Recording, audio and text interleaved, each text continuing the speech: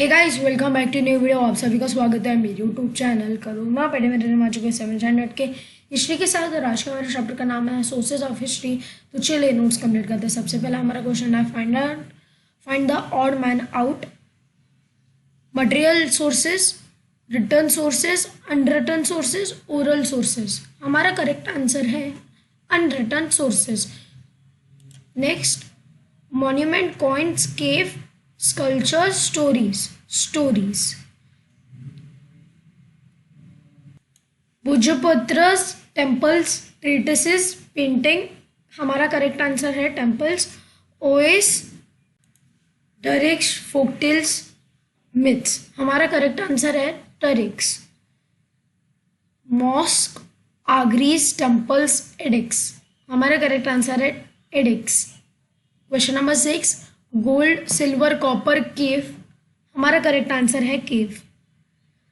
7, शेर, टोम, वेरघाल, palace. Correct answer है palace. Hill fort, sea fort, land fort, Lal Mahal. Correct answer है Lal Mahal. Let's write answer in one question. सबसे पहला question, what do monuments include? Monuments include समाधि, graves, वीरगाल्य and buildings. What is tarik? A tarik or a tarik is a sequence of event. What qualities of an author are important in writing of history? Answer: authors' impartiality and neutrality are important in writing of history. Question number 4, what information do we get from the royal correspondence and biographies of the rulers?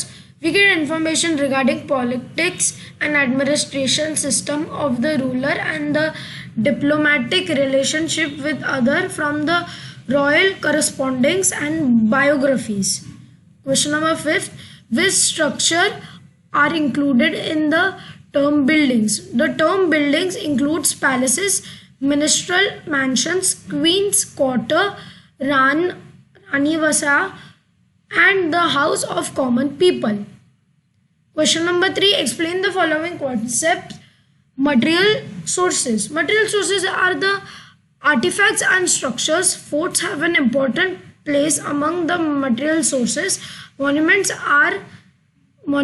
and the building proved inside about the period. The coins made by different rulers are also as important material sources. तो चिटियल्स, okay, इसके पहले हमने अभी क्या पढ़ा material sources के बारे में। मटेरियल सोर्सेज होते क्या है? मटेरियल सोर्सेज वो चीज़ें होती है जो आर्टिफैक्ट्स और कंस्ट्रक्शन जो स्ट्रक्चर्स होते हैं उनके ऊपर बेस्ड होती है। फोर्ट एक बहुत बड़ा एग्जांपल होता है इन आर्टिफैक्ट्स का जो अब तक प्रिवेंटेड है। फोर्ट्स, रेड फोर्ट और अलग अलग फोर्ट्स, ये उसका एक एग्जांपल था। और फिर अलग अलग अगर आप मटेरियल सोर्सेज पूछोगे तो कॉइन्स जो अलग अलग रूलर्स में बनाए थे वो भी आप अगर आपको मिल गए तो हो सकता है जो कॉइन्स अभी भी प्रिवेंटेड हो किसी एस्ट्रोलॉजर को मिल गए। मटेरियल सोर्सेज चैत्यास, और फिर उसके बाद विहारास, टेम्पल्स, चर्चेस, मॉस्कोज, अग्रीज। ये सारी चीज़ें क्या है? ये सारी क्या है? ये उस टाइम की मटेरियल सोर्सेज है जो जूने टाइम से, एकदम ओल्ड टाइम से ये सारी चीज़ें बनी है। बहुत सारे टेम्पल्स है जो बहुत ओल्ड है, बहुत सारे चित्याज है, बहुत सारे विहार्स है, चर्चेज है, मॉस्कोज है, एग्रीज है, और फिर गुरुद्वाराज है, फिर मॉन्यूमेंट्स, कल्चर्स, वेल, ये सारी चीज़ें हैं जो बहुत पुराने टाइम से बनी है। और फिर हम इन्हें मटेरियल सोर्सेज के टाइम से भी बोल सकते हैं। विलेजेस जिसके अंदर हिस्ट्री उनके वॉल्स के ऊपर लिखी हो, बाउंड्रीज एंड गेट्स, जिसके थ्रू हम ये जान सकते हैं कि मटेरियल सोर्सेज लोगों के पहले बाउंड्रीज एंड गेट्स, उनका पहले एंट्रेंस सिस्टम कैसा था, वेपन्स, टूल्स और यूटेंसिल्स, उनके जो खाने पीने के सामान, ऑर्नामेंट्स, उनके ज्वेलरीज और बाकी चीज़ें, कपड़े, उनका कपड़ा पहनने का स्टाइल कैसा था, वो कैसे पहनते थे, डेकोरेटिव आर्टिकल्स, जूने टाइम में डेकोरेटिव आर्टिकल्स, शीशेल्स हुआ करते थे, टॉयज़ भी उनके मिट्टी की बने हुआ करते थे। ये सारी चीज़ें क्या है? ये हमें मटेरियल सोर्सेज बताती है। Musical instruments are also material sources of history. तो ये जितनी भी चीज़ें हैं ना अब तक, ये सारी मटेरियल सोर्सेज हैं हिस्ट्री की। Next, written sources. Return sources includes बीजापत्र, religion, manuscripts, treasuries, edicts, decrees and biographies written in Devanagari, Arabic, Persian and Modi scripts. Okay, तो रिटर्न रिसोर्सेज क्या होती है? अभी हमने क्या पढ़ा? हमने मटेरियल रिसोर्सेज पढ़ा जो हमें मटेरियल्स में मिले। रिटर्न सोर्सेज ऐसी चीज़ें जो हमें लिखी हुई मिली है, जैसे कि रिलीजन, मैनस्क्रिप्ट, बीजा पात्रस, ट्रेजर्स, एडिक्स, बायोग्राफीज, और फिर जो देवनागरी अलग अलग लैंग्वेज में लिखी गई है बायोग्राफीज, और documents of proceeding in the countries of the king, the judicial वेंड्रेस and orders of gynaecologist and genealogies and शिकावलीज। तो ये सारी चीज़ें क्या है, ये ऑर्डर्स हुआ करती थी, जुडिशनल ये ऑर्डर्स हुआ करती थी जो रिटर्न मैनस्क्रिप्ट्स और रिटर्न रिसोर्सेज में भी बताई गई है। ये सारी चीज़ें जो है ये हमें रिटर्न सोर्सेज के थ्रू मिलती है। जैसे हम कुछ भी करते हैं या जो पास्ट है वो लिखा जाता है। अगर आप अभी देखोगे हमारा इंडियन कॉन्स्टिट्यूट, ये भी थोड़े सालों के बाद ये भी एक रिटर्न सोर्स हो जाएगा कि हमारा इंडियन कॉन्स्टिट्यूट कैसे बना था। रिपब्लिक डे जो अभी होके गया था वो भी एक उसका ही रिटर्न सोर्सेज जो हमारे बनाए गए थे उसका एक सेलिब्रेशन है कि इस दिन हमारे जो रिटर्न सोर्सेज है इंडिया के, उनके कॉन्स्टिट्यूट्स और उनके लॉज बनाए गए थे। तो अलग अलग टाइप्स के रिटर्न सोर्सेज होते हैं, और these written sources works give information about the social life festivals, जो उनके सोशल लाइफ होती थी, उनके फेस्टिवल्स होते थे, उनका रूल्स और कंडीशंस कैसे होते थे, उनके इकोनॉमी और उनके पॉलिटिक्स कैसे होते थे, उनका एडमिनिस्ट्रेशन कैसा होता था, इनर स्टेट रिलेशंस कैसे होते थे। ओरल रिसोर्सेज क्या होती है? Folk tales, folk songs, legends, myths, ये सारी चीज़ें। ओके, ओरल रिसोर्सेज में आपको एक बात बताऊँ तो रामायण, महाभारत, हम इसे सारी चीज़ों के एक रिसोर्सेज कह सकते हैं। रामायण महाभारत मटेरियल रिसोर्सेज है, उनके मॉन्यूमेंट्स मिल सकते हैं। रिटर्न रिसोर्सेज है कि वो लिखे गए। ओल्ड रिसोर्सेज जो घर वाले लोग उन्हें सुनाते हैं। तो ये सारी चीज़ें क्या है? ये सारी चीज़ें हमारी ओल्डर रिसोर्सेज है। और जो महाभारत और रामायण की जो स्टोरीज़ है वो भी हमारे घर में जो बड़े लोग होते हैं, दादा दादी, वो भी हमें सुनाते हैं। तो ये सारे एग्जाम्पल्स है ओरल रिसोर्सेज के। ओवेस एक एग्जाम्पल है। फोक सॉन्ग्स, फोल्टेक्स, लेजेंड्स, जो ऐसे स्टोरीज है जो हर बार होती है, वो लायन और चूहे की स्टोरी। ऐसे मिथ्स, जो मिथ्स हो सकते हैं, भगवान ये मिथ ही है। और फिर अलग अलग चीज़ें जो होती है। Proverbs are all called oral resources of history. ये सारी चीज़ें क्या बुलाई जाती है? और are all called as older resources of history. ये सारी ऑन टू ऑन जनरेशन मुँह से पास होती है, ये स्टोरीज बना के पास होती है। Some of the oral resources have been written down after research. कुछ चीज़ें जो होती है ओरल रिसोर्सेज वो लिखी गई है रिसर्च के बाद। तो ओरल रिसोर्सेज कुछ रिटन रिसोर्सेज बन जाती है और कुछ रिटन रिसोर्सेज वो ओरल रिसोर्सेज भी बन जाती है पर वो रिटन भी रहती है। तो ये सारी चीज़ें क्या है? This conversion work is going to continues and new information that comes to the light and it's added. Question number 4. Write why reasons in your words a stone inscription is considered to be an authentic resources of source of history. एक पत्थर के ऊपर जितने भी चीज़ें लिखी होती है वो अथेंटिक सोर्सेज ऑफ हिस्ट्री क्यों होती है?